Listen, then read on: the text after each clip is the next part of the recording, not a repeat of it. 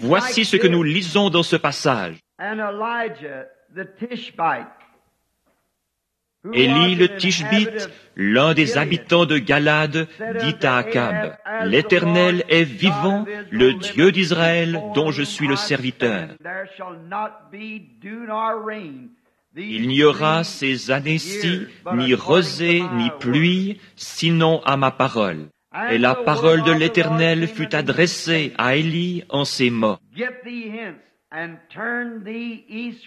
Pars d'ici, dirige-toi vers l'Orient et cache-toi près du torrent de Kérit,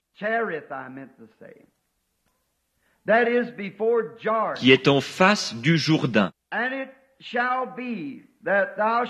Tu boiras de l'eau du torrent, et j'ai ordonné aux corbeaux de te nourrir là.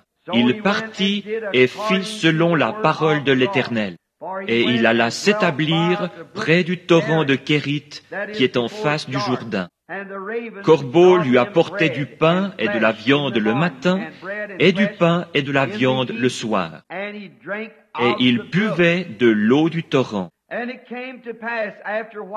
Mais au bout d'un certain temps, le torrent fut à sec, car il n'était point tombé de pluie dans le pays. Alors la parole de l'Éternel lui fut adressée en ces mots. Lève-toi, va à Sarepta, qui appartient à Sidon, et demeure là. Voici, j'y ai ordonné à une femme veuve de te nourrir. Il se leva et il alla à Sarepta. Comme il arrivait à l'entrée de la ville, voici, il y avait là une femme veuve qui ramassait du bois.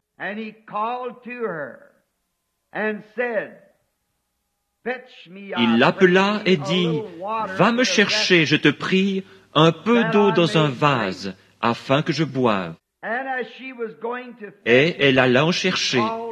Il l'appela de nouveau et dit, « Apporte-moi, je te prie, un morceau de pain dans ta main. » Et elle répondit, « L'Éternel, ton Dieu, est vivant. Je n'ai rien de cuit. Je n'ai qu'une poignée de farine dans un pot et un peu d'huile dans une cruche. Et voici, je ramasse 2 morceaux de bois, puis je rentrerai et je préparerai cela pour moi et pour mon fils. Nous mangerons, après quoi nous mourrons. »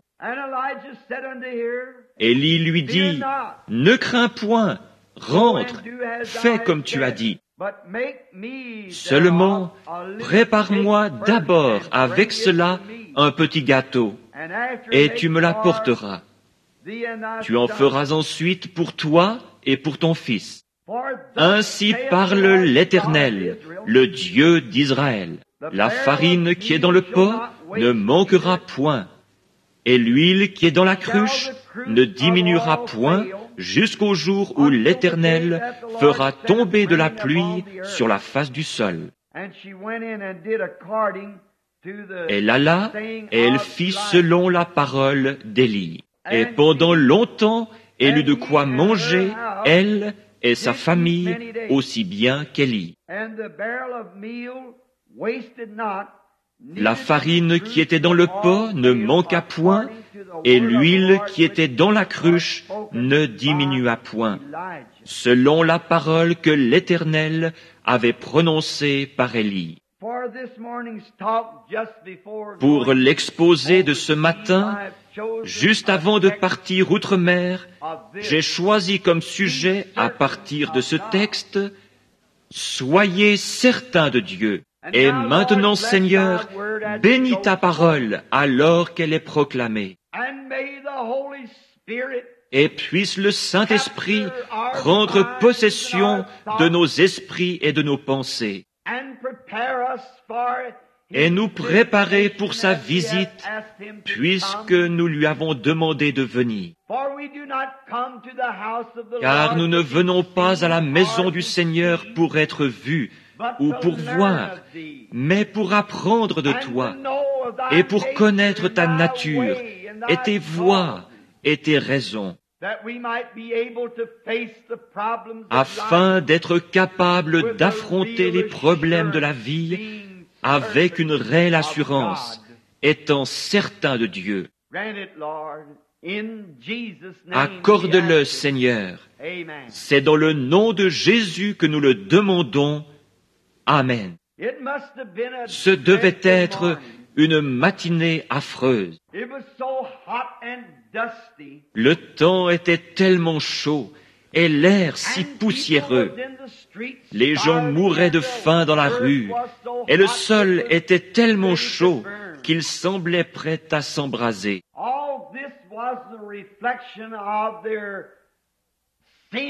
Tout ceci était le reflet de leur péché et de leur déchéance morale. Vous voyez, Akab régnait en Israël à l'époque ou sur Israël. Et il fut le plus méchant de tous les rois d'Israël. Aucun roi n'avait été aussi méchant qu'Akab. Il avait pourtant été enseigné et il savait ce qu'il devait faire. Mais il continua néanmoins de déplaire à Dieu dans toutes ses actions. Bien qu'il eût une grande armée et que le peuple fût devenu très prospère sous son règne. Mais sachez qu'on ne peut déplaire à Dieu et s'attendre à s'en tirer ainsi bien longtemps. Et puis, lors de son mariage, au lieu d'épouser quelqu'un parmi son peuple, il alla épouser une pécheresse, une idolâtre qui adorait les idoles. Il épousa Jézabel. Et elle n'était pas une croyante. Et jamais un croyant ne devrait épouser un incroyant. En aucun cas. On devrait toujours se marier entre croyants. Mais Akab avait fait cette chose mauvaise. Et Jézabel était sans doute une belle femme. Et lui s'était laissé séduire par son apparence plutôt que par ce qu'elle était vraiment. Tant de gens commettent cette même erreur encore aujourd'hui. Et elle avait introduit l'idolâtrie dans la nation, parmi le peuple. Et le peuple, les prêtres, leurs ministres avaient succombé à cette grande revendication populaire. Voilà bien le tableau de notre pays aujourd'hui. Nous avons cédé à la demande populaire. Sans doute, les prêtres pensaient-ils que tout irait bien tant que leur gouvernement l'approuvait. Mais peu m'importe ce que le gouvernement approuve, ce doit être ce que Dieu approuve. Et les gens pensaient qu'il n'y aurait pas de mal à ce qu'ils se permettent quelques-unes de leurs choses mondaines. On pourrait me demander d'expliquer ce que je viens de déclarer, disant qu'il s'agit là d'un tableau tout à fait comparable à aujourd'hui. Peut-être ne nous considérons-nous pas comme des adorateurs d'idoles, mais nous le sommes. Et le gouvernement souscrit à cela. Les gens aujourd'hui sont des adorateurs d'idoles, parce qu'ils adorent des idoles. Certains d'entre eux adorent des vedettes de cinéma et en font leurs idoles. Certains adorent l'argent et en font leur idole. Et certains adorent des vedettes de télévision et en font leurs idoles. En fait, tout ce que vous faites passer avant Dieu est une idole, peu importe ce que c'est. Même le Satan, notre grand adversaire, est tellement astucieux qu'il place parfois même l'Église avant Dieu.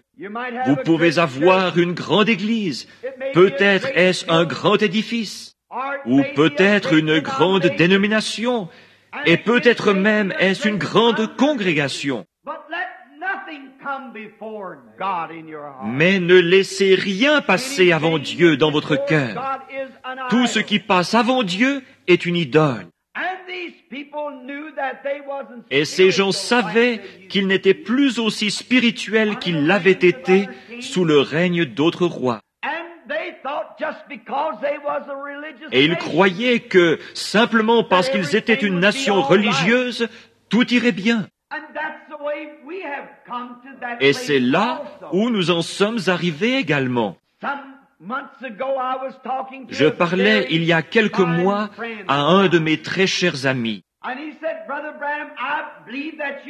Et il dit, Frère Branham, je trouve que vous êtes trop impitoyable pour les États-Unis.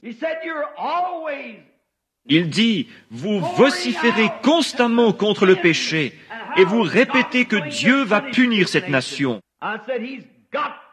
Je dis, il doit le faire afin d'être juste. Il dit, mais frère Branham, vous oubliez que cette nation fut fondée sur les Écritures,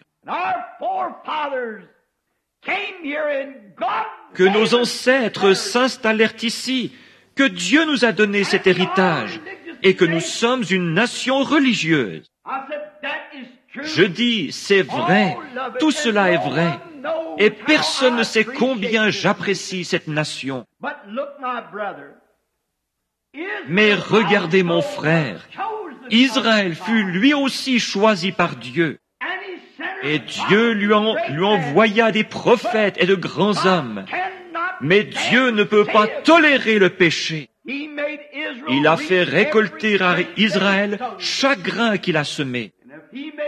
Et s'il a fait récolter à Israël ce qu'il a semé, il nous fera récolter ce que nous semons. Il ne fait pas exception de personne.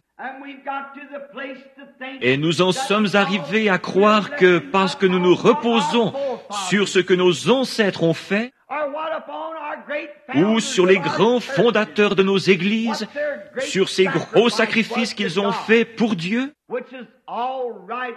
tout cela est très bien et grandement apprécié, mais nous ne pouvons pas tirer notre salut de ce qu'eux ont fait. Le salut est une affaire individuelle entre chaque personne et Dieu. Ce n'est ni avec notre nation, ni avec notre Église, mais c'est tout seul devant Dieu que nous devons répondre de nous-mêmes. Notre pays en est arrivé au point où même chez les gens les plus spirituels que nous ayons, lorsqu'on s'adresse à ces hommes et femmes spirituels, on peut constater qu'il y a dans leur cœur un manque. Nous avons, ces dernières semaines, j'ai vérifié certaines de ces choses. Et j'ai constaté que les hommes, même que je considérais comme le noyau, ces hommes-là mettent néanmoins l'accent sur les choses temporelles. Déclarant à tout vent, tous les vents, Dieu m'a donné le plus grand ceci et cela. Dieu donne. Vous êtes en train de bluffer. La présence de grands biens matériels ne reflète pas toujours la volonté de Dieu. Dieu fait pleuvoir sur les justes et sur les injustes.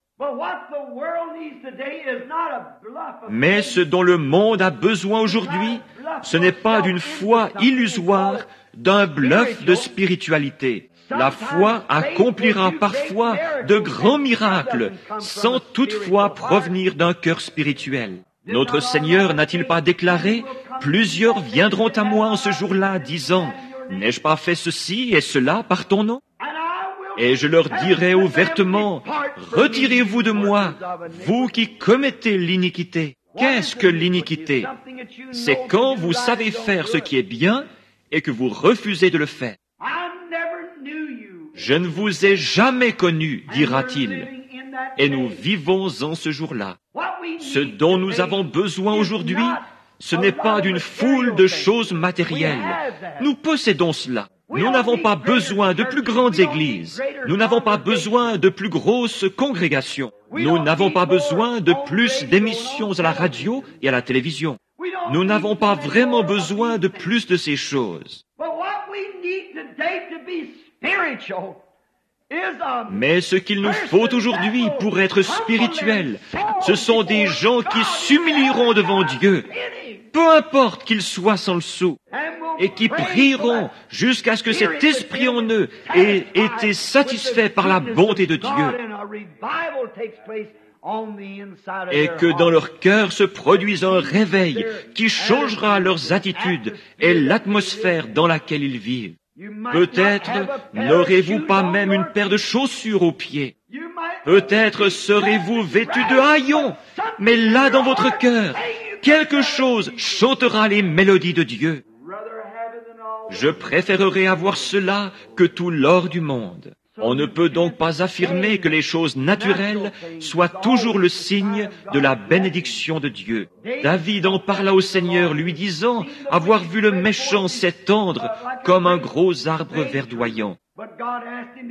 Mais Dieu lui demanda, « As-tu déjà considéré sa fin ? Peu importe que nous portions de bons vêtements et que nous ayons beaucoup à manger, ce ne sont pas ces choses qui vont dans la présence de Dieu. Ce corps qui nous abrite se détériore, peu importe comment il est traité.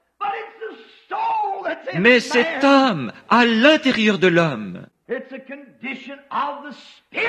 cet état d'esprit, voilà ce qui s'introduit dans la présence du Dieu vivant. Nous considérons les choses comme allant de soi. Nous pensons que simplement parce que nous sommes une nation, c'est ce qu'Akab et tout Israël avaient fait ce jour-là. Ils avaient présumé que tout allait bien. Leurs prêtres et leurs prédicateurs leur répétaient constamment, « Tout va bien, tout va très bien. » Mais il y en avait un qui, lui, criait contre ce qui était mal.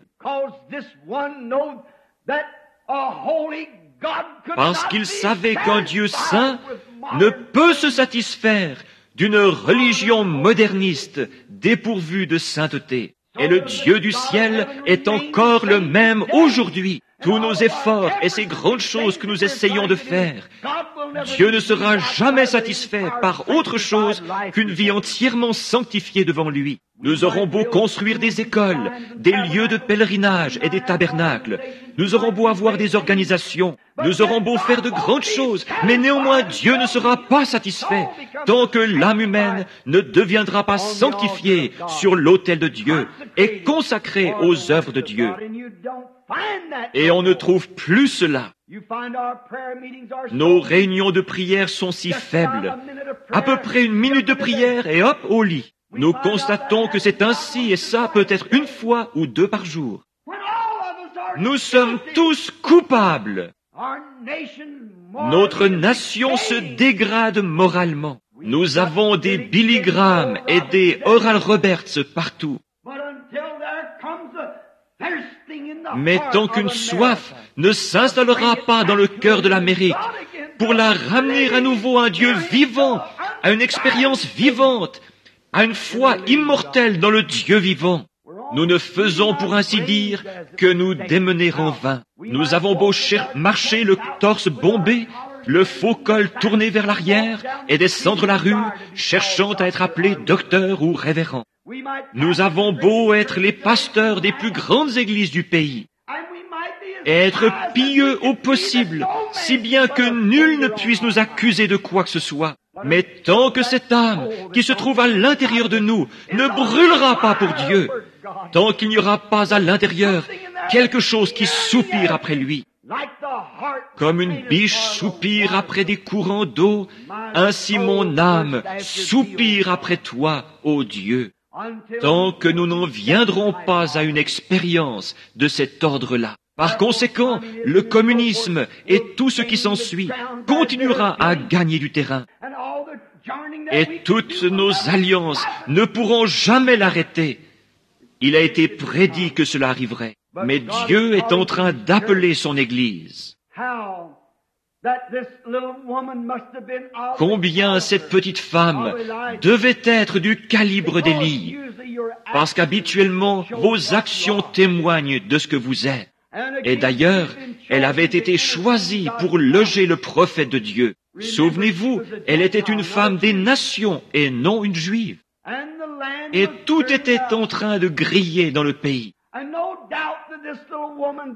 Et sans doute cette petite femme était-elle de ce calibre, une croyante. Car Dieu n'aurait pas fait appel à elle s'il n'avait pas été digne de loger le prophète de Dieu. Il n'aurait jamais envoyé son prophète vers une maison indigne. Ce n'était pas son choix à lui, mais le choix de Dieu. Ce n'était pas elle qui l'avait invité, mais Dieu. Il avait été placé près d'un torrent. Les corbeaux le nourrissaient. Mais d'après le commandement de Dieu, quelque chose devait se produire. Et Dieu est sûrement allé vers une croyante de la même nature qu'Élie. Elle était veuve.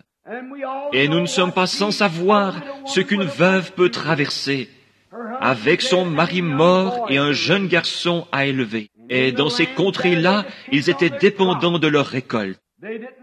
Ils n'avaient pas de programme comme nous en avons aujourd'hui et d'installation de défense. Leur survie dépendait de leur récolte. L'iniquité des gens et leur déchéance morale ayant entraîné une sécheresse sur le pays, ils étaient tous là affamés et mourants. Il est probable qu'elle avait dû prier des nuits durant, à plusieurs reprises, voyant la farine dans le pot qui descendait, descendait, descendait. Et fatalement vint le moment où il ne restait même plus une tasse de farine dans le pot. Elle n'en avait plus qu'une petite poignée. La mort approchait et allait bientôt frapper à sa porte, car il n'y avait plus moyen d'en obtenir. La nation entière mourait de faim. Et de l'huile, il n'en restait plus qu'une bonne cuillerée dans le petit récipient. Cette quantité d'huile et de farine était tout ce qui la séparait de la mort. Ses prières ont dû devenir vraiment sincères. Si pareille chose s'abattait sur votre foyer, il y aurait un peu plus de sincérité qu'il n'y en a parmi nous ce matin, quand on sait que la mort se couche à la porte. Et je pense qu'on pourrait se l'imaginer comme ceci. Elle avait dû prier toute la nuit, car un jour de plus, et son compte était réglé. Elle pouvait regarder les lèvres pâles de son petit garçon de 3 ou 4 ans.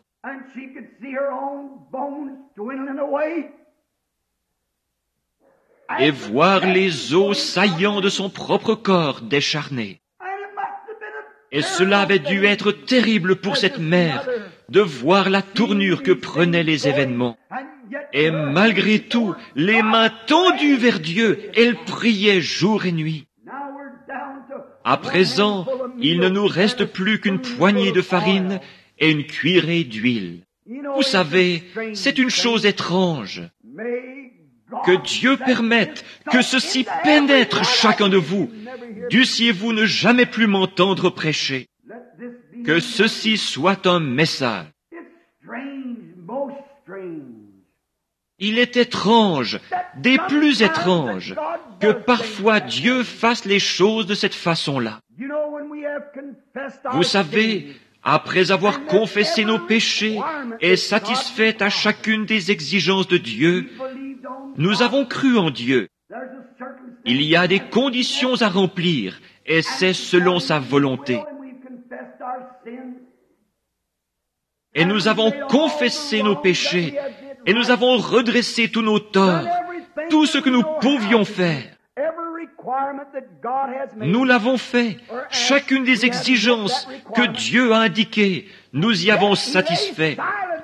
Et il reste malgré tout silencieux. Il refuse simplement de nous répondre. Je suis sûr que je parle ce matin à certaines personnes qui sont en train de passer par là. J'y suis passé moi-même bien des fois. J'examinais alors ma vie passée, retournant chaque pierre. Et quand je découvrais que j'avais fait quelque chose de mal, je le confessais, disant, « Seigneur Dieu, je me mettrai en règle. » Et je le faisais. Puis je revenais, disant, « Maintenant, Seigneur, tu es Dieu, tu me répondras. » J'ai bel et bien satisfait à tout ce que tu avais exigé de moi, et chaque condition, je l'ai remplie.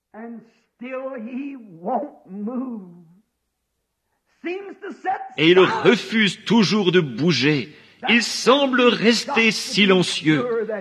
C'est là où vous devez être sûr qu'il est Dieu. Ne soyez pas découragés.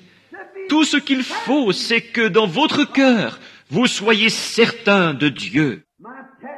Mon sujet, c'est « Soyez certain, avant de faire quoi que ce soit, soyez certain dans votre cœur qu'il s'agit de Dieu. Et quand vous avez satisfait à tout ce qu'il a dit, et que de plus vous êtes certain qu'il est Dieu, c'est là que la foi entre en action, précisément là. La foi tient ferme, car elle sait que Dieu existe.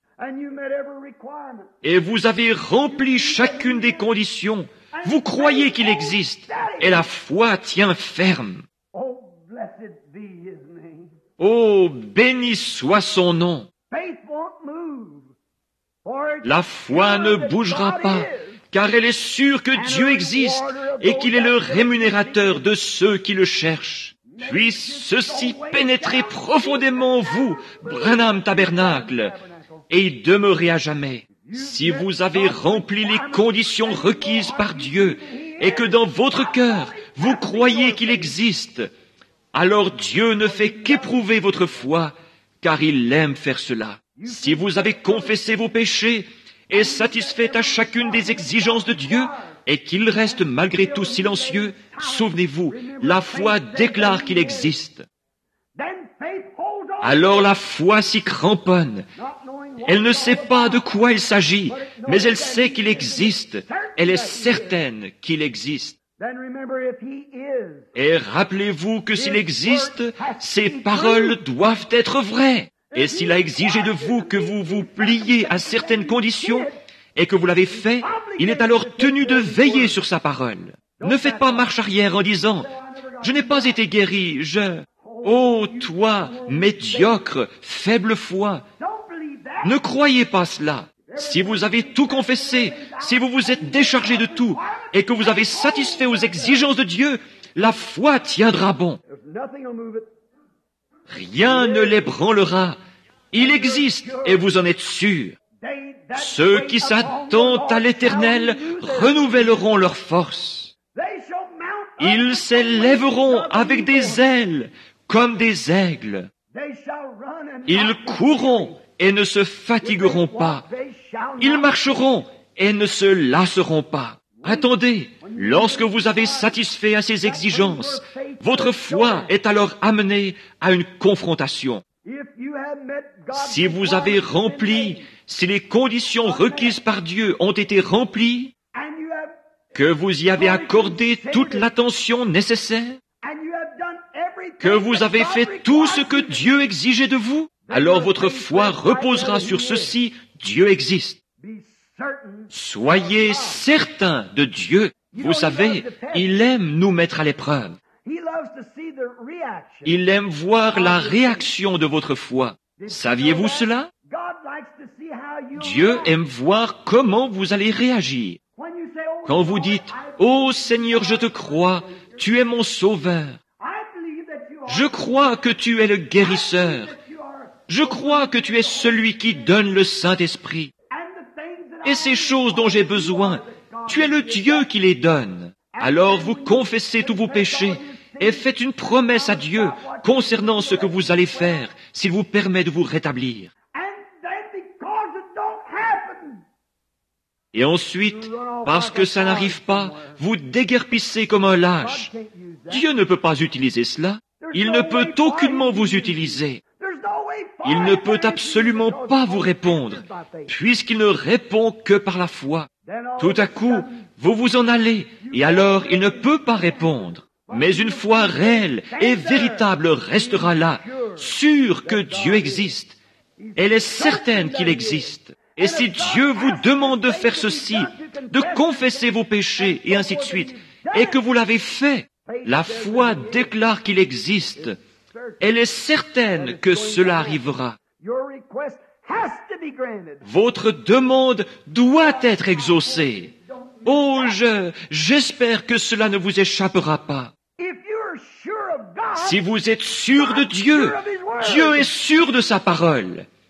Il attend simplement pour vous mettre à l'épreuve. Il l'a fait bien des fois. Revoyons une ou deux de ces occasions. Pensons aux enfants hébreux. Ils ne devaient pas se prosterner devant une idole. Dieu avait confiance en eux. Et lorsqu'ils apprirent qu'ils iraient à la fournaise ardente, ils dirent, « Notre Dieu peut nous délivrer de cette fournaise. Et même s'il ne le fait pas, nous ne nous prosternerons devant aucune de vos idoles. » Voyez-vous, ils étaient sûrs et certains de Dieu. Ils savaient qu'il est Jéhovah. Ils savaient qu'il exauce les prières. Mais qu'ils le fassent ou non dans leur cas, de toute manière, ça serait pour leur bien. Ils ont donc simplement fait leur déclaration, confessé leurs péchés et se sont avancés vers la mort. Lorsqu'ils se rendaient à la fournaise ardente, sachant que si Dieu les laissait brûler, ils étaient certains qu'il les ressusciterait à la résurrection. Ils étaient certains de Dieu parce qu'ils savaient que Dieu ferait concourir toutes choses à leur bien. Et lorsque nous sommes certains de Dieu, nous savons que Dieu fait concourir toutes choses à notre bien. Ils firent donc une seule déclaration. Ils étaient certains. Et ils s'avancèrent tout droit vers la fournaise ardente. Et Dieu les laissa y entrer, se tenant là à les observer. Ils voulaient voir leur réaction. Lorsque le roi dit, « Vous êtes-vous prosternés au son de la trompette ?» Ils dirent, « Non, nous ne nous sommes pas prosternés. » Voilà votre foi, tenons ferme. Mais si vous ne vous êtes pas prosternés, savez-vous ce que j'ai décrété? Oui, nous savons ce que tu as décrété. Je décrète que la fournaise soit chauffée 7 fois plus qu'elle ne l'a jamais été, et je vous y jetterai. Acceptez-vous de vous prosterner à présent? Non, nous ne nous prosternerons pas. Regardez cette foi. Dieu dit, eh bien, je vais voir ce qu'ils vont faire. Je vais voir comment réagira leur foi. Alors le roi dit, liez-leur les mains et les pieds et conduisez-les à la fournaise. Ils approchèrent donc de la fournaise, le feu éclairant leur visage, et Dieu se tenait toujours là à regarder. Mais ils étaient certains qu'il était Dieu. Ils avaient confessé leurs fautes. Ils avaient rectifié tout ce qui, à leur connaissance, devait être rectifié. Ils étaient certains qu'il était Dieu. Ils s'avancèrent donc tout droit dans la fournaise ardente. Et au tout dernier moment, voilà qu'il descend des cieux, porté par un char de vent, et les évente pour les débarrasser des cendres, pendant qu'il les console et leur parle. Dieu laisse votre foi parvenir au point où elle devra réagir. Il y a eu Job de l'Ancien Testament, que Satan, notre accusateur, a accusé d'être un pécheur secret.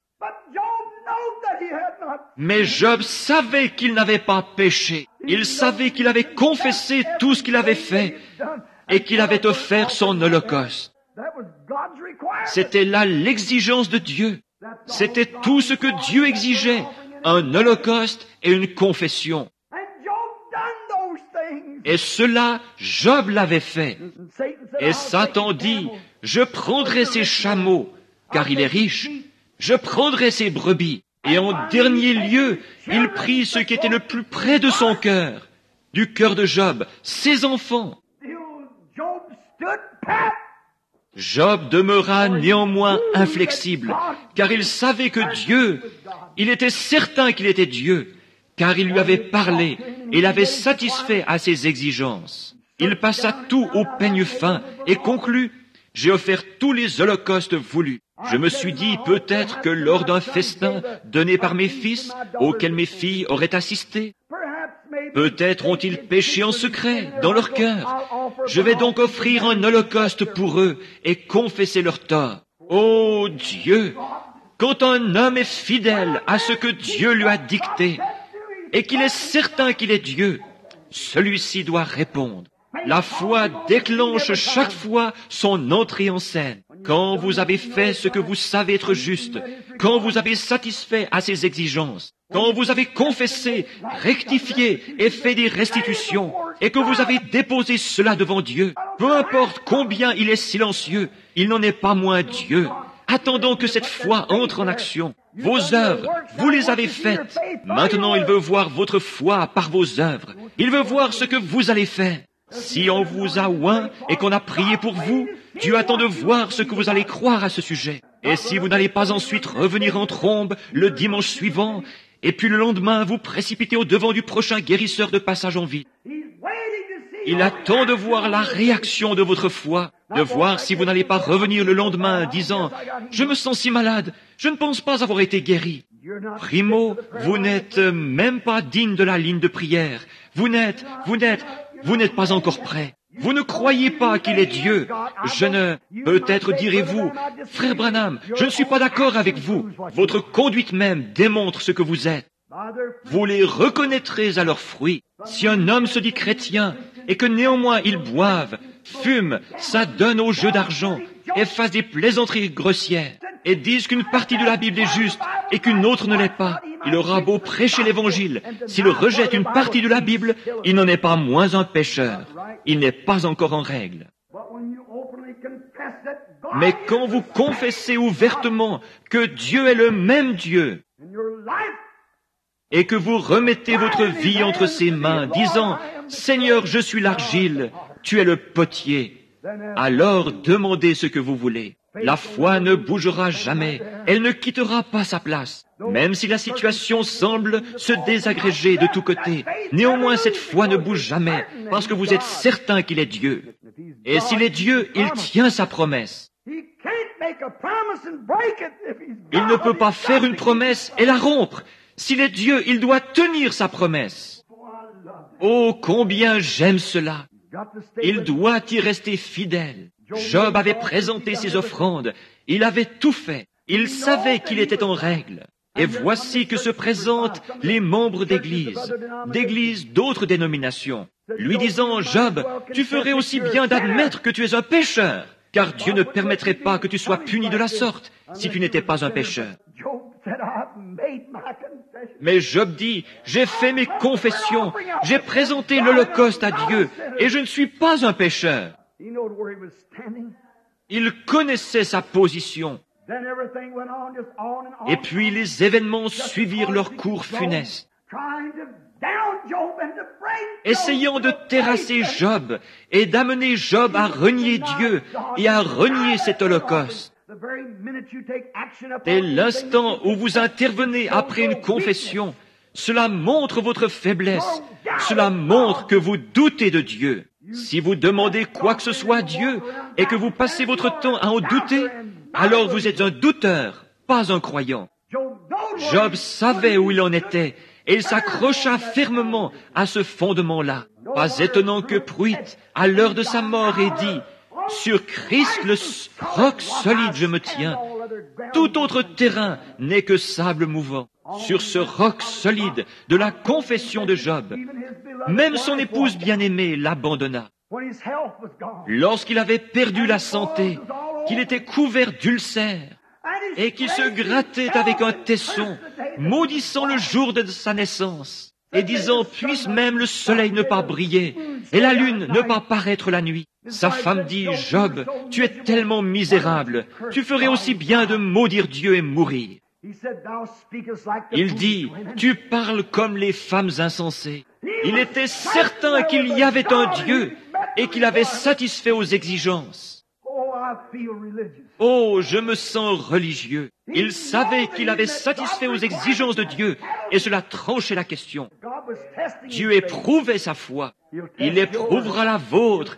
Il éprouvera la mienne. Mais lorsque nous avons satisfait à ses exigences, repentez-vous et que chacun de vous soit baptisé au nom de Jésus-Christ pour le pardon de vos péchés, et vous recevrez le don du Saint-Esprit. C'est sa promesse. Quelqu'un parmi vous est-il malade? Qu'il appelle les anciens de l'Église, qu'il loigne d'huile et prie. La prière de la foi sauvera le malade, et Dieu le relèvera. Voilà qui règle la question. Confessez donc vos fautes les uns aux autres, et priez les uns pour les autres. Vous avez satisfait aux exigences de Dieu. Voici les signes qui accompagneront ceux qui auront cru. En mon nom, ils chasseront les démons. Ils parleront de nouvelles langues. Ils saisiront des serpents. S'ils boivent quelques breuvages mortels, il ne leur fera point de mal. Ils imposeront les mains aux malades, et les malades seront guéris. Voilà qui règle la question. Soyez certains de Dieu. Soyez sûrs que dans votre cœur, vous croyez bien qu'il s'agit là de la parole de Dieu. Job l'était. Sa femme dit, « Pourquoi ne pas le maudire et mourir? Ton état empire continuellement. » Combien Satan aime vous lancer ces mots-là. Mais voyons, tu ne vas pas mieux depuis que tu as été oint d'huile. Tu ne vas pas mieux depuis que ces prédicateurs ont prié pour toi. Ces prédicateurs sont dans l'erreur pour commencer. Cela n'a rien à voir avec le prédicateur.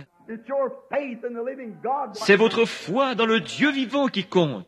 Ce n'est pas ce que le prédicateur est, c'est ce que Dieu est. Ce n'est pas le prédicateur qui a fait la promesse, c'est Dieu qui a fait la promesse. Ce n'est pas l'affaire du prédicateur, c'est l'affaire de Dieu et de votre foi pour croire qu'il s'agit bien de Dieu. Donc, soyez certains de Dieu. Soyez certains qu'il s'agit de Dieu, que c'est la parole de Dieu et Dieu est dans sa parole. Et Job dit, tu parles comme une femme insensée. Il dit, l'Éternel a donné et l'Éternel a ôté, que le nom de l'Éternel soit béni. Il était certain que Dieu était là. Et lorsqu'il eut laissé échapper ses mots, le tonnerre se mit à gronder et les éclairs à briller. Dieu entra en scène. Cela déclenche toujours son entrée en scène. Il demeure longtemps silencieux. C'est ce qu'il fait, les yeux fixés sur cette bande d'Américains voués à l'enfer, ces hypocrites membres d'Église. Je ne suis pas en colère, mais le péché irrite quiconque est en règle avec Dieu. Je ne suis pas en colère contre la nation, ni contre les gens, mais je suis en colère contre le diable qui a suscité ces choses dans le but d'aveugler les gens. Ces pasteurs et prédicateurs aveugles les laissent en tirer avec une espèce de petite théologie faite de main d'homme. Vous devez naître de nouveau et Dieu garde sa parole. Voyez comme il est en train de les... Vous feriez mieux d'être sûr que Dieu s'y trouve, ayant l'apparence de la piété, mais reniant ceux qui ont fait la force. Cette pauvre petite femme, elle savait qu'il était Dieu, tandis que le contenu de ce pot continuait de descendre, descendre, descendre, descendre. La situation continuait d'empirer. Mais Dieu permettait qu'il en soit ainsi. Combien il aime faire cela. Il aime mettre votre foi à l'épreuve pour voir comment vous l'exploiterez. Il permettra qu'on vous oigne et qu'on prie pour vous et qu'ensuite votre état empire, disant, vas-y Satan, mets-le à l'épreuve, je sais qu'il me croit. Que Dieu soit béni à jamais. Oh là là! Mets-le à l'épreuve maintenant. Je sais qu'il m'a cru sur parole. Pourrait-il en dire autant de vous? Il l'a dit au sujet de Job. Fais-lui tout ce que tu veux, mais ne prends pas sa vie, car je sais qu'il m'aime. Il a présenté l'Holocauste, il a rempli les conditions exigées, il a fait ce que je lui ai dit, et il le croit. Maintenant, fais-lui en voir de toutes les couleurs si tu veux. Il lui a tout enlevé. Dieu, quand il le rétablit, lui donna le double de tout. Assurément qu'il le fera. Il met notre foi à l'épreuve pour voir si nous croyons vraiment qu'il est Dieu. Sans doute cette petite femme a-t-elle dit, « J'ai prié, j'ai prié. Je sais que je suis une indigne femme des nations. » Souvenez-vous, Jésus a parlé d'elle dans la Bible. Il a dit, « N'y avait-il pas plusieurs veuves du temps d'Élie? Et cependant il fut envoyé vers une seule, et elle était une païenne. Oh, dit-il, j'ai prié. » Et peut-être que lorsqu'elle a vu ce dernier petit gâteau, la mort avait déjà passé le portail et se présentait à la porte. Une dernière bouchée chacun, et puis elle et son fils mouraient. Je peux me l'imaginer priant toute la nuit, tandis que les vents brûlants soufflaient, desséchant la terre, et que les gens pleuraient et poussaient des cris dans les rues. Elle se promena dans la maison, elle regarda son petit garçon, elle regarda son petit pyjama tout troué, et ses petits pieds qui en sortaient. Elle regarda ses propres mains toutes ridées. Elle faisait les 100 pas tout en se disant, « Je sais qu'il est Dieu. J'ai tout confessé. J'ai fait tout ce qu'il exigeait. Et je réclame nos vies pour sa gloire. » Dieu l'a vu.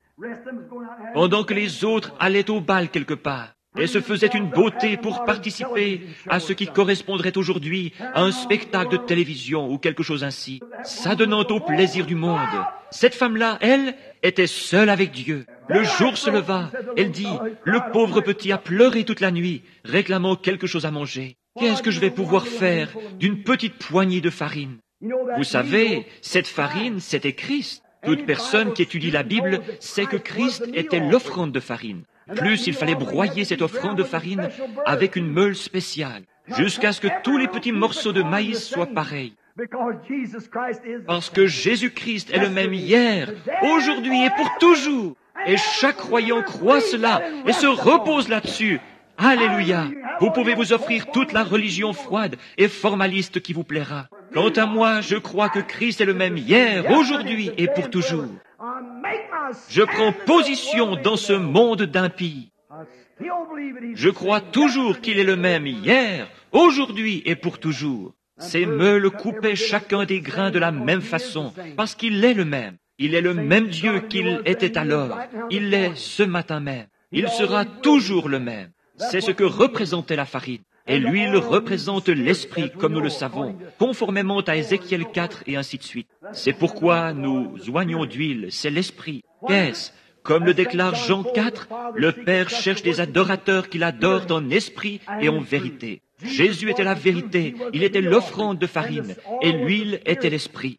Et l'esprit joint à la vérité produira immanquablement quelque chose. Mettez-les ensemble et cela produit un gâteau. Oh, où est votre foi lorsque la parole de Dieu est prêchée dans sa simplicité et pourtant dans sa puissance? Jésus-Christ est le même hier, aujourd'hui et pour toujours. Lorsque la parole est proclamée, la farine, vous possédez l'huile pour l'y mélanger. Peut-être n'en avez-vous qu'une petite poignée ou une cuillerée, mais quoi qu'il en soit, c'est réel. Maintenant, à quoi va servir ce mélange? Il est prêt pour la croix. Il est prêt pour le sacrifice de soi. C'est ce qu'il vous fait faire. Si la parole a été prêchée et que vous y avez mêlé l'esprit, le sacrifice de soi consiste à nier chaque douleur, à nier chaque maladie, à nier tout ce qui est contraire à la parole de Dieu, puis à rester sur vos positions. Que le médecin dise une chose ou une autre, cela ne fait pas la moindre différence. Vous tenez ferme parce que Dieu l'a dit. La farine est venue, vous avez pris l'huile et les avez mélangées. Maintenant, j'entends une voix. Le jour vient de se lever. Une voix se fait entendre disant, « Va au jardin chercher 2 morceaux de bois. » Avez-vous remarqué que l'Écriture a dit 2 morceaux de bois? La croix. Et là, la farine et l'huile. Mais on va lui demander d'agir à présent. Agissez avec cela. Peu importe la quantité que vous en avez, que vous ayez toute la farine et l'huile qu'il vous faut, il vous faudra néanmoins agir. Le sacrifice de soi, 2 morceaux de bois. Jadis, on n'a pas encore trouvé de meilleur moyen pour faire un feu que celui-ci. Prenez une bûche, posez-la en travers d'une autre et allumez-les par le milieu. Vous n'aurez ensuite qu'à faire avancer les 2 bouts. C'est ainsi que les Indiens font leur feu. Il y a des fois, des nuits durant, j'ai maintenu le feu ainsi. Je posais simplement une bûche comme ceci et une autre comme cela. Et puis, à mesure qu'elle brûlait, je les poussais dans le feu. Ce morceau de bois, c'était la croix. La Bible dit 2 morceaux de bois. La voix dit, va dans le jardin, chercher 2 morceaux de bois. Au même moment, du haut de la montagne, retentit une voix de tonnerre disant au prophète, va à la ville, j'ai ordonné. Oh là là, tous 2 obéirent. Quelque chose doit se produire. Tous 2 obéissent. Si le prédicateur prêche la parole et que l'homme qui la reçoit y croit et s'y conforme, quelque chose doit arriver. Si vous êtes un pécheur, vous serez sauvé. Si vous êtes malade, vous serez guéri. Parce que Dieu l'a promis. Si nous sommes certains de Dieu, aussi certain qu'il est Dieu, il doit tenir sa parole, certainement. L'ordre était donc, va à la ville, j'y ai ordonné une femme veuve. Une vision surgit devant le prophète, et le voilà qui se met à marcher.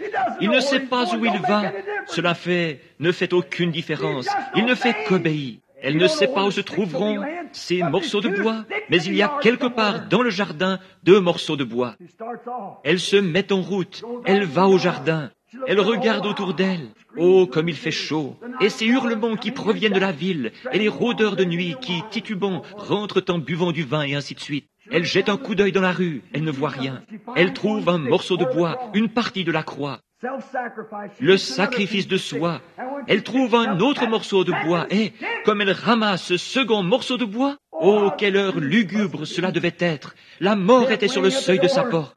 Une petite bouchée de gâteau de maïs, et elle et son fils mouraient. C'était tout. C'est parfois au beau milieu des ténèbres qu'on entend la voix.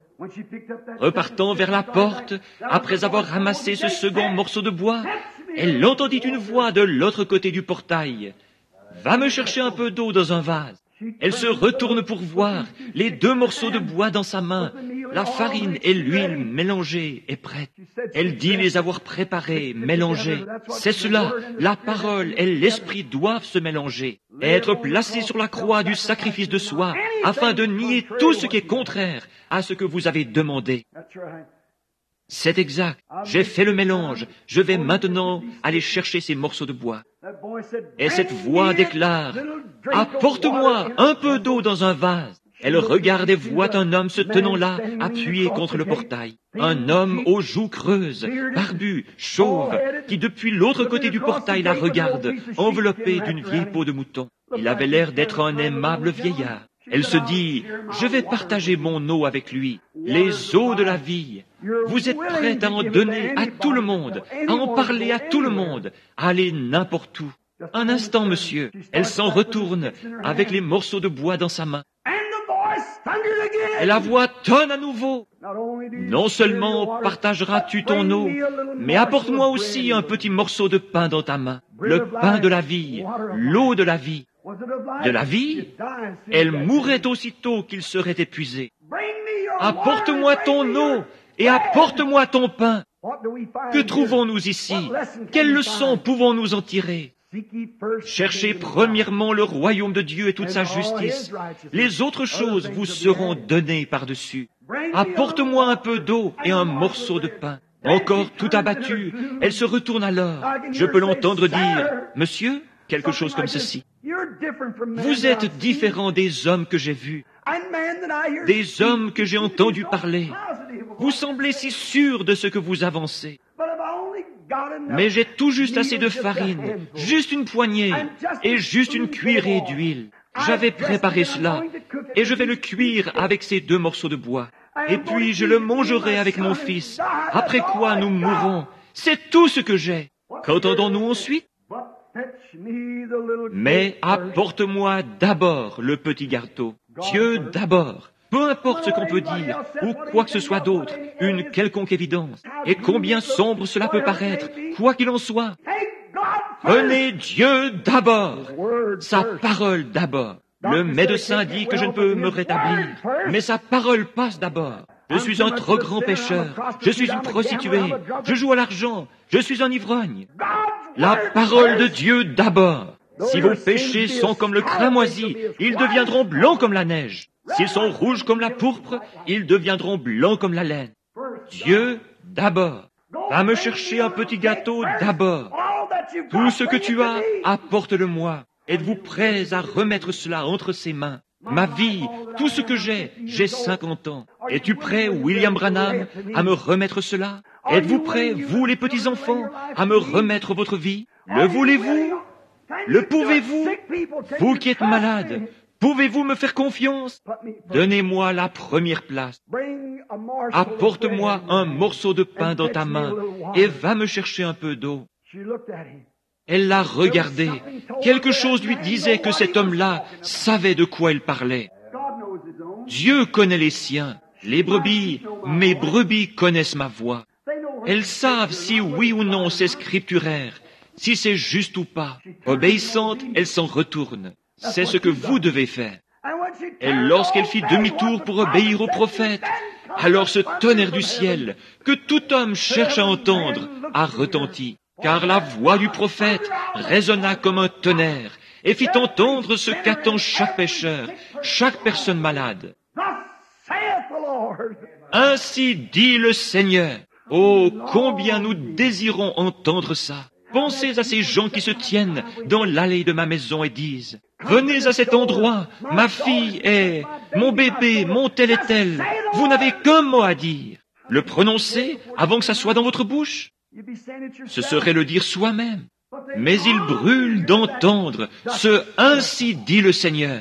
Et voilà que depuis l'autre côté du portail, il s'est fait entendre parce qu'elle obéissait et le voile de tristesse s'est levé.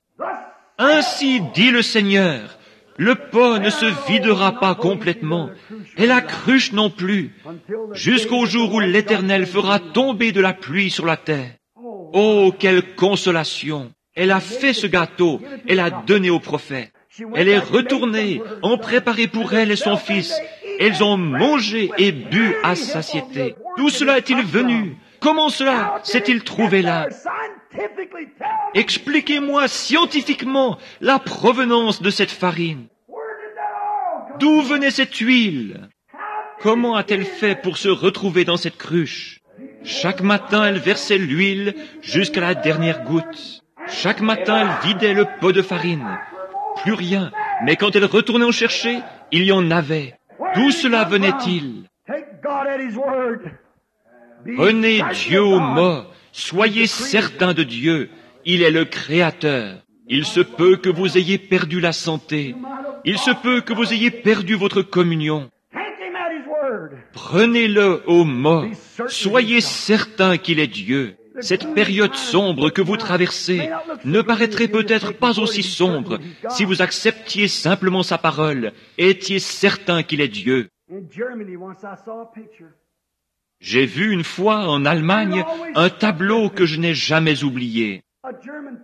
Un peintre allemand a peint un tableau intitulé « Le pays des nuages ». De loin, cela vous apparaît comme une image horriblement triste et sombre.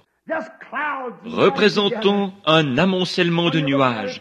C'est ce qu'on remarque de loin. Mais lorsqu'on s'en approche, cela se transforme. Ce sont des ailes d'anges qui battent ensemble, chantant des Alléluia au Seigneur. Et voilà ce qu'est l'obscurité parfois. Si vous regardez de loin, cela semble triste et noir. Mais prenez Dieu au mot et soyez certains qu'il est Dieu. Approchez-vous ensuite tout près. Vous découvrirez que ce ne sont que des ailes d'anges qui battent ensemble. Elle était un peu comme Abraham, appelée à donner tout ce qu'elle possédait et à poser cela sur l'autel du sacrifice. Peut-être recevez-vous ce même appel ce matin. Renoncez à vos voix, renoncez à votre incrédulité, abandonnez tout ce que vous avez, pour ensuite prendre l'huile et la parole, les mélanger et poser cela sur l'autel du sacrifice de soi. Vous constaterez que cela déclenchera l'entrée en scène de Dieu, aussi sûr que je me tiens à cette chair. Pensez-y tandis que nous prions. Avez-vous un besoin aujourd'hui? Avez-vous un besoin qui dépasse vos capacités physiques? Êtes-vous tellement à court d'argent que vous ne pouvez pas payer votre loyer? Les enfants ont-ils besoin de chaussures neuves et vous n'avez pas l'argent pour les leur acheter? Le pot est-il vide chez vous et la cruche à peu près sèche? Vous ne pouvez pas acheter de fourrage pour votre bétail et quelque chose ne va pas. Souvenez-vous, il a fait une promesse. Êtes-vous malade? Le médecin dit qu'il vous faut subir une opération et vous n'avez pas l'argent nécessaire. Êtes-vous dans le besoin? Êtes-vous un pécheur? Votre besoin est-il grand, sachant que si Dieu appelait aujourd'hui, vous seriez perdu? Êtes-vous un rétrograde, fuyant Dieu? Vous savez que vous êtes membre d'une église, et pourtant vous savez bien que vous n'êtes pas en règle. Votre propre conscience vous dit que vous n'êtes pas en règle selon la parole. Vous avez un besoin. Ne laissez pas ces paroles tomber parmi les épines ou sur des pierres, des cœurs de pierre. Puissent-elles tomber dans une bonne terre fertile? Vous qui êtes malade et condamné par la médecine, si vous promettez à Dieu de le servir tous les jours de votre vie, et que vous êtes certain qu'il est Dieu, venez donc satisfaire à son exigence. Si vous avez un besoin, voulez-vous commencer par lever la main pour dire à Dieu que vous avez besoin de quelque chose? Que Dieu vous bénisse. Prions. Ô Seigneur, aussi sûr que je me tiens à cette chair ce matin, je sais que pas une seule de ces mains ne peut se lever sans que tu le saches, car tu es Dieu. Tu as dit, ne vend-on pas tant de passereaux pour 2 sous? Combien plus valez-vous qu'un passereau? À combien plus forte raison as-tu vu les mains de ces êtres mortels pour lesquels ton Fils Jésus est mort? Combien plus as-tu vu leurs mains que tu n'aurais vu tomber un passereau ce matin? Je pense qu'une douzaine de passereaux ne se vendraient pas pour 1 sou ce matin, parce que personne n'en veut. Il y aurait le problème de s'en occuper. Mais tu connais chacun d'eux. Tu connais chacune des plumes qui recouvrent leur corps. Tu connais chacun des cheveux de notre tête. Ô Seigneur, exauce notre prière. Fais en sorte qu'ils soient certains que tu es Dieu ce matin et que c'est ton esprit. Puisse l'engourdissement et le prestige caractérisant cette religion des temps modernes se détacher d'eux. Oh, je suis membre de telle église, disent-ils. Oh Dieu, puisse cela s'effacer de leurs pensées à l'instant même. Puisse-t-il maintenant entrevoir un bref instant la vie éternelle. Et alors, ils la rechercheront et auront soif d'elle, désirant savoir ce que Dieu est, puisqu'ils sont certains qu'il existe et qu'il tient sa parole. Quant aux pécheurs, puissent-ils rapidement se repentir et se préparer à être baptisés au nom de Jésus-Christ. Tu as alors promis de leur donner le Saint-Esprit. Tu l'as dit, Seigneur, tu tiens ta promesse. S'il y a ici un rétrograde qui est certain que tu es Dieu, mais qui se soit égaré, puisse-t-il venir aujourd'hui, parce que tu as dit, si vos péchés sont comme le cramoisi, ils deviendront blancs comme la neige. S'ils sont rouges comme la pourpre, ils deviendront blancs comme la laine. Et puis ceux qui sont malades, prendre conscience que tu es Dieu, que tu tiens ta parole, tu dois tenir ta parole. Et alors qu'ils viennent se placer là avec leur huile, l'Esprit est en eux, confessant qu'ils croient, et aussi avec la parole, le pain de vie qui a été distribué, Christ qui a été broyé pour eux au fil de l'Ancien et du Nouveau Testament, pour montrer qu'il est le même hier, aujourd'hui et pour toujours. Puisse-t-il donc mélanger cette parole et l'huile, l'Esprit qu'il possède, et se relever de l'autel en disant, c'est tout ce que je possède, Seigneur, je te l'apporte. Oh, combien tu le multiplieras, combien cela déclenchera l'entrée en scène du Dieu de l'histoire. Combien Jéhovah, le cœur ému, pourra dire, j'ai un enfant qui est prêt à m'obéir. Je l'ai mis à l'épreuve, et il a montré qu'il m'aime et qu'il me croit. Il est certain que j'existe. Car il est déclaré, celui qui s'approche de Dieu doit croire qu'il existe et qu'il est le rémunérateur de ceux qui le cherchent. Accorde-le en cette heure, tandis que nous nous en remettons à toi. Et maintenant, alors que nos têtes sont inclinées, vous qui avez un besoin, de quelque nature qu'il soit, voulez-vous vous lever si vous désirez le placer? Maintenant, si vous n'êtes pas certain qu'il est Dieu, si vous êtes certain qu'il est Dieu et qu'il va tenir sa promesse, le salut, la guérison ou quoi que ce soit d'autre. Si vous êtes certain qu'il est Dieu, levez-vous. S'il y a quelqu'un d'autre pour qui vous désirez prier, Levez-vous si vous êtes certain qu'il est Dieu. Faites connaître votre requête au milieu de l'assemblée des saints. C'est ce que vous faites alors que vous vous levez. Je suis certain qu'il est Dieu. Je crois qu'il tient sa parole et je suis sûr que j'ai bien déposé ma requête sous le sang en ce moment. Si vous faites cela, que vous déposez chaque péché, le péché, c'est l'incrédulité. Vous êtes peut-être un membre d'église, mais je parle maintenant du péché, de votre incrédulité. Vous la déposez en tant que sacrifice. Vous allez la sacrifier. Vous vous approchez de la croix. Vous allez maintenant sacrifier toute votre incrédulité et la lui remettre, sachant qu'il existe et que vous êtes certain qu'il va répondre. Si c'est votre cas, levez la main. Demeurez ainsi. Seigneur, tu es Dieu. Voici leur huile et leur maïs qui ont été mélangés. Ils les apportent à la croix où le feu de Dieu tombera dans leur cœur. S'ils sont vraiment sincères, et consumera leur sacrifice, tu entreras en scène et feras monter le niveau des eaux qui cachent.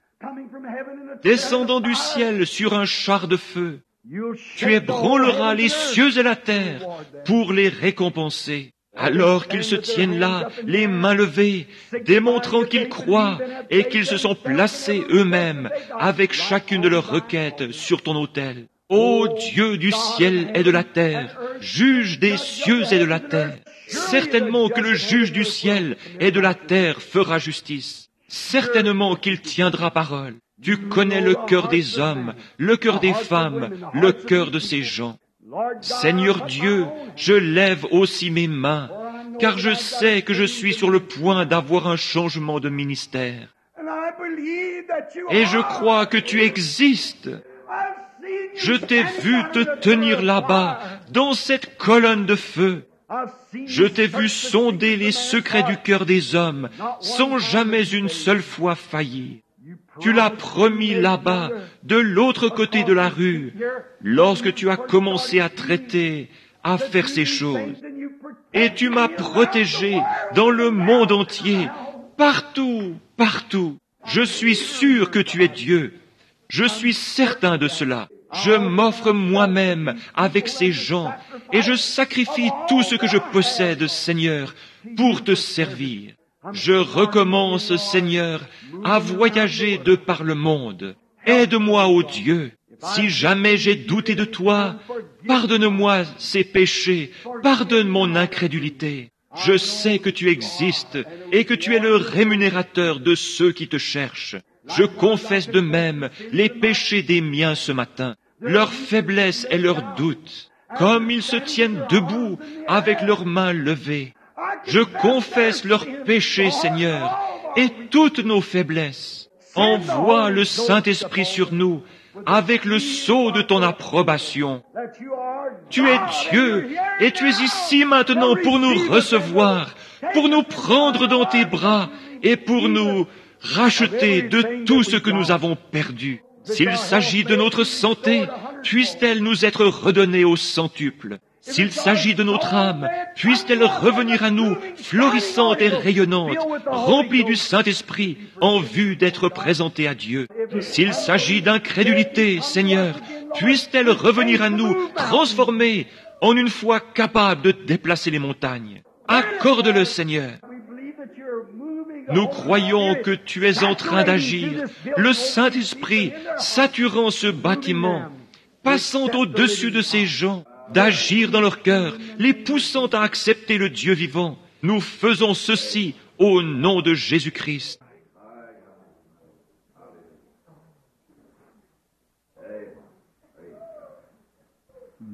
My faith looks up to thee, thou lamp of Calvary,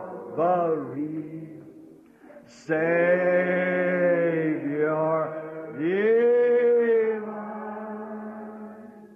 Now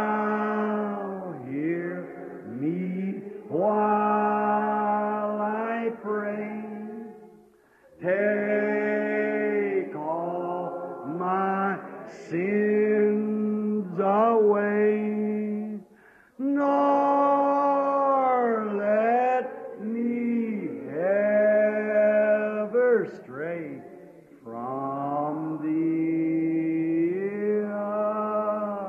aside. Êtes-vous vraiment sérieux? Si vous le recevez, levez les mains et dites, je le reçois maintenant de lui.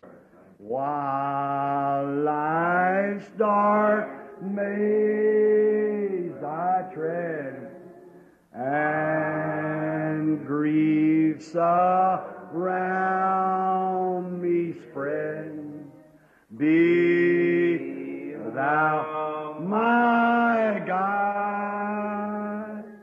bid darkness turn to day, wipe sorrow, fears away, nor let me ever stray from thee aside. Let us bow our heads. Inclinons nos têtes.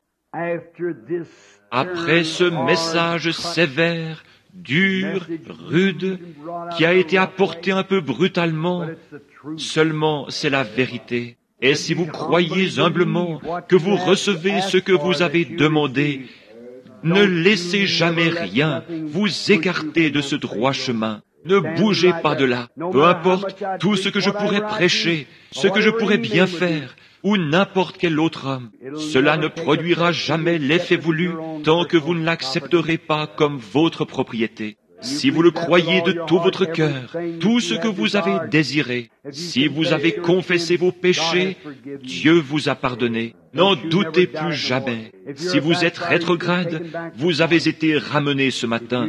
Si vous avez besoin du Saint-Esprit, soyez donc baptisés au nom de Jésus-Christ pour la rémission de vos péchés. C'est la parole de Dieu. Il ne la modifiera pour aucune église, pour aucune dénomination, pour personne. Il doit en être ainsi. Nous devons satisfaire à ses exigences, non pas aux exigences de l'Église, mais aux siennes. C'est ce que nous devons faire. S'il a déclaré que la prière de la foi sauverait le malade, si vous êtes malade, j'ai fait cette prière de la foi pour vous. Vous l'avez faite dans votre cœur et vous y croyez. Acceptez-la et ne bougez plus d'un pouce. Il devra en être ainsi. Rien ne peut vous l'enlever. Peu importe combien cela peut paraître sombre. Vous direz, eh bien on dirait que je suis encore malade. Ce ne sont que des ailes d'anges rassemblées, c'est tout.